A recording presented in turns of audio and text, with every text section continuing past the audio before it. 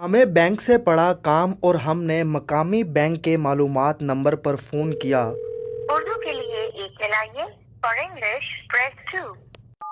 आपकी कॉल हमारे phone banker को ट्रांसफर की जा रही है। Hello, this is Javad. How can I help you?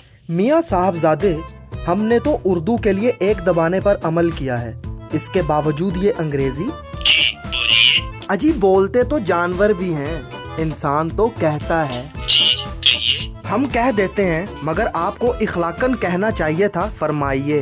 Sorry, फरमाए, क्या कंप्लेन है? एक तो ये कि सॉरी नहीं माजरत सुनना चाहेंगे क्योंकि उर्दू के लिए एक दबाया है, और दूसरी बात ये कि कंप्लेन नहीं शिकायत, इसलिए कि उर्दू के लिए एक दबाया है। सर मैं समझ गया, आप शिकायत बताएं। मोहतरम सर नहीं जनाब बोलिए जनाब, क्योंकि हमने एक नंबर दबाया है और इसका यही तकाजा है। जी हमने आपकी शिकायत नोट कर ली है और इसको कंसर्न डिपार्टमेंट को फॉरवर्ड कर देते हैं। हमने शिकायत नोट नहीं बल्कि दर्ज करवानी है और मुतअल्लिका शोबे तक पहुंचानी है, इसलिए कि हमने उर्दू के लिए एक दबाया है। जनाब मैं सीट से उठ के खड़े खड़े बात कर रहा हूँ, आपने उर्दू के लिए एक नहीं हमारा गला दबाया है। अभी कहाँ दबाया है जनाब, आप सीट से क्यों उठे?